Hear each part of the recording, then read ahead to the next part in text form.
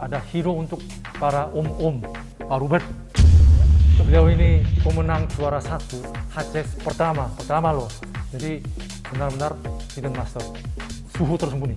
Wah, jadi ini biar kita generasi yang om-om seperti saya atau 50-an, 40-an biar semangat. Hari ini kita bongkar secara rahasianya Pak Robert. Siapa? Siap. Pak Robert juara 1 di HCS pertama. Itu apalagi di Premier League. Tapi boleh tanya Pak Robert sudah berapa lama menjadi full time investor atau trader? Terima kasih Pak Untung. Saya mulai trading kalau nggak salah kurang lebih tahun 2018. 2018. Ya. Oh, berarti 3 tahun. 3 tahun, betul sekali. Oh, boleh tanya Pak, sebelum menjadi full time di saham, karir Pak Robert itu seperti apa Pak? Boleh di-share sedikit? Saya kebetulan usaha Pak Untung. Usaha ya, saya menyewakan ruko, jual beli tanah atau properti lah. Oh, gitu. properti. Iya. Apa yang membuat Pak Robert memutuskan untuk menjadi full time investor atau trader? Kebetulan kan pandemi kemarin 2019 itu kan agak ini, kebetulan saya punya usaha juga cukup terganggu ya, terkena. Jadi saya lihat sekarang kok lagi banyak orang-orang tuh beralih ke saham atau ke Bitcoin gitu ya. Kebetulan saya punya temen, saya lihat dia memilih saham. Waktu itu saya ketemu, akhirnya saya cari tahu apa sih saham ini, dan saya lihat memang secara keseluruhan ya, secara efisiensi, secara modal dan kerjanya tuh memang saham itu luar biasa enak gitu. Nggak perlu kita punya tempat usaha, nggak perlu punya SDM, ya kita bisa bekerja di mana aja gitu Pak. Makanya saya memilih investasi di saham. Itulah pilihan saya atau pertimbangan saya gitu loh. Tapi mengenal saham pertama kali itu kapan Pak? Ya itu 2018. 2018. Sama teman saya itu. Sebelumnya nggak pernah beli saham gitu? Nggak pernah, cuman dengar tapi saya karena belum cari tahu, saya nggak tertarik gitu Pak. Generasi MZ, yaitu umur 20-an, 30-an awal, mereka yang menonjol sebagai master atau suhu di pasar sahamnya ya. Fenomena ini menurut Pak Robert tanggapannya bagaimana sebagai generasi senior gitu ya Pak?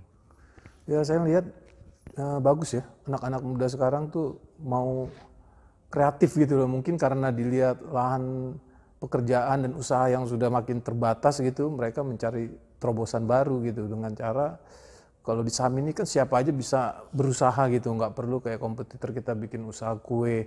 Ketika sudah banyak usaha kue, otomatis kan porsinya akan terbatas ya. Tapi kalau di saham ini kan siapapun silakan berjuang dari lahan saham yang sangat luas ini. Pandangan saya begitu, makanya mereka ya makin cepat pemikiran anak muda sekarang untuk mencari uang dan cari peluang gitu. Pak Robert juga kalau boleh tahu 40-an? Saya 50-an. Wah, setengah. Kelihatannya masih 40-an, 40-an awal. Itu bagi mereka, apa yang mesti perlu lebih hati-hati ya Pak ya? Dan apa yang perlu kita perkuat untuk long run lah. Generasi 40-an, 50-an gitu. Ya, memang sih di dalam industri apa aja ya, kita perlu skill ya. Jadi memang kita harus banyak belajar, banyak bertanya, banyak menggali informasi lah tentang instrumen yang kita sedang tekunin ini. Kayak saham itu banyak sekali trik-triknya saya perhatiin ya. Kalau kita mau terjun di dunia ini memang mesti banyak bertanya, banyak grup, banyak orang yang kita minta pandangannya. Menurut saya seperti itu. Tapi biasanya udah umur 40, 50 kan adaptasinya kan agak lambat. Agak loyo gitu ya. Iya. Ada perspektif sendiri. Gitu. Makanya saya banyak bergaul dengan anak-anak muda ya kan, kayak Pak Untung juga, kayak teman-teman ya kan. Jadi saya auranya kayak ikut muda gitu Pak. Oke, kita kembali ke waktu HCS 1. Nah, championship pertama. Waktu itu apa strategi sih Pak untuk menang saat itu? Bisa diceritakan sedikit secara singkat mungkin? Pada waktu itu memang marketnya kebetulan lagi kan jatuh tuh waktu itu ya, turun sekali. 2020 bulan apa Pak waktu itu? Mungkin bulan 6 kali 6. Oh, bulan 6 atau 7 ya? Itu kan dari jatuh banget ya IHSG kan karena COVID ya. Kebetulan memang waktu itu saya beli itu saham-saham saya itu perbankan. Perbankan saya beli kalau nggak salah BRI, BTN, BBNI. Saham-saham blue chip. Iya, blue chip. Memang waktu itu pas bullish itunya. Jadi saya beli, saya hold kira-kira mungkin 1 minggu ya, 1 mingguan. Oh, nggak jual beli? Nggak jual beli waktu itu, tapi memang saya lihat masih kuat, saya tahan terus. Ya, memang sih banyak orang kan yang langsung take profit ya pada saat dia bullish berapa persen. Waktu itu saya tahan, jadi profit saya lumayan bagus lah waktu itu. Marketnya juga lagi bagus, itu Pak. Waktu itu berapa persen Pak hasilnya HCS pertama waktu itu? Kalau nggak salah 100% lebih lah. 100% lebih? 100% lebih. Boleh tahu waktu itu modalnya sekitar berapa Pak? Waktu HCS kan pertama? Itu kan 200 jutaan ya. Iya, waktu itu 200 jutaan. Karena saya pakai full margin juga. Full margin, tapi awalnya 200 juta? 200 juta lebih lah. Oh, lebih ke swingnya waktu itu ya? Ya, betul. Lebih ke swing, benar. Swing enggak kecepatan jual, malah tahan? Tahan waktu itu, karena memang momennya lagi bagus, tahan. Apa yang membuat Pak Robert bergabung sama Mas Bekti itu? Karena saya lihat waktu championship yang kedua itu kalau nggak salah Mas Bekti ya, juara. Saya lihat dia tuh ada orang dengan modal 220 juta bisa menjadi 14 miliar gitu loh. Kayak di dongeng ya kan. Jadi saya cari tahu, kebetulan ternyata ini saya lihat namanya Mas Bekti ya, saya berusaha hubungi dia karena menurut saya kalau 220 juta ke 14 miliar sudah secara persentase kan udah luar biasa itu. Saya hubungin Mas Bekti, DM dengan saya DM welcome, ternyata Mas Bekti welcome ya, saya pengen belajar scalping, ternyata Mas Bekti itu jual beli saham, trading lah ya. Saya bersyukur juga sih di situ. Tapi setelah belajar bagaimana Pak gaya trading Pak Robert berubah setelah itu? Sangat berubah. Karena kita dari swing ya ke trading ya, memang awal-awalnya ya kayak buang duit ya kita ya, namanya kita beli jual ya kan. Biasa kalau swing kan kita belinya murah, di bawah jual mahal atas. Ada term waktu yang pasti dia positif lah hasilnya. Kalau ini kan bisa aja kita negatif, kita beli sekarang harga turun ya kita cut loss.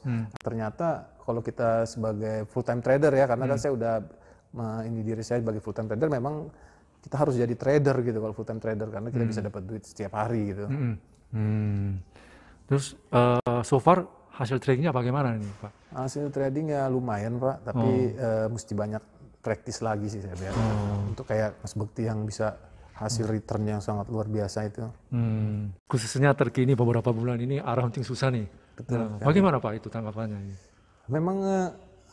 Memang saya juga ngerasa arah hunter ini memang lagi agak susah ya sekarang ini ya. Mungkin karena beda kali dengan zaman dulu ya. Kalau sekarang emang minat orang-orang karena sudah tren ya arah hunter ini, mereka mau tampung di bid di arah ya. Sehingga mungkin market makernya melihat ketersediaan bid yang udah tebal, dia guyur aja saat itu. Ngapain dia nunggu-nunggu besok arah lagi atau naik signifikan lagi kan. Menurut saya sih seperti itu, karena kayaknya sering arah udah walaupun udah digembok tebel tapi tetap diguyur gitu loh. Makanya ekstra hati-hati sekarang Pak kalau kita main arah hunter.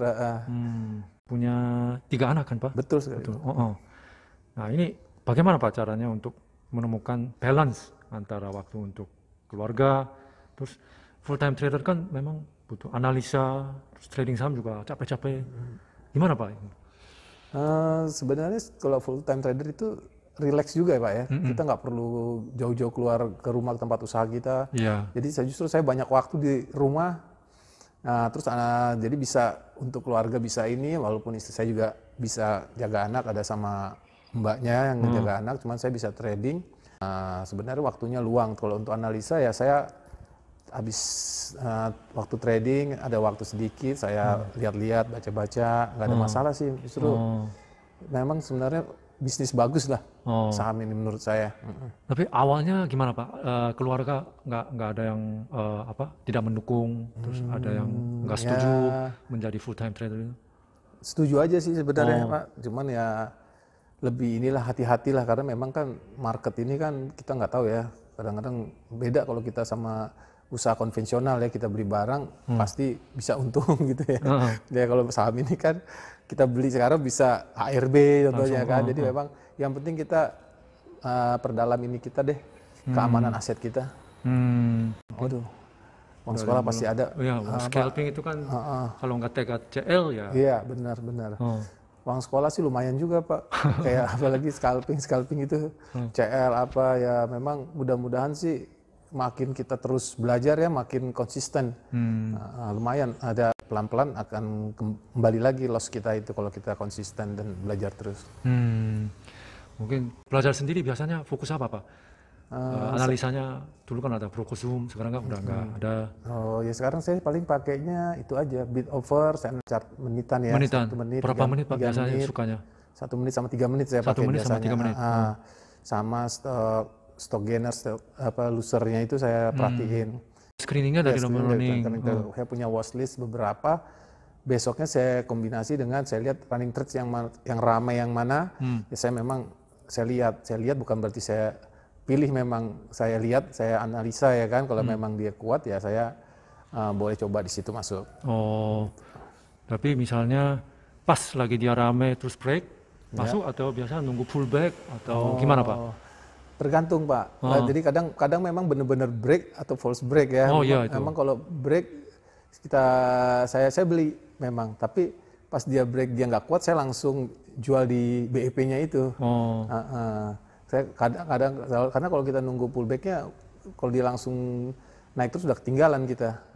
Jadi saya nggak, kalau nunggu pullback paling kalau dia udah tinggi, nggak break ya, tapi udah tinggi tapi dia dibanting, saya tunggu kayak panikan selling gitu, iya. Panik selling. Scalping tapi dapat jackpot gitu. Ada yang ingat Pak? Ya ada hunter paling. Arah hunter. Iya. Misalkan saya untung 20% 20% ya, sehari. Ya, itu hari hunter deh berapa? Misalkan saya masuk 100 juta lebih, misalkan hari hunter ya untung 27 juta. Nah, itu ya kayak gitu-gitulah. Kalau scalping. Bisa Pak Robot memberi nasihat kepada orang-orang seperti generasi omnya ya, yang punya udah keluarga besar, anak-anaknya udah gede-gede, tapi sedang mempertimbangkan untuk menjadi full time trader. Kan ada tanggung jawabnya kan besar. Ya, gimana Pak? Ya bisa sih, cuma kita mesti prepare untuk kedepannya dulu.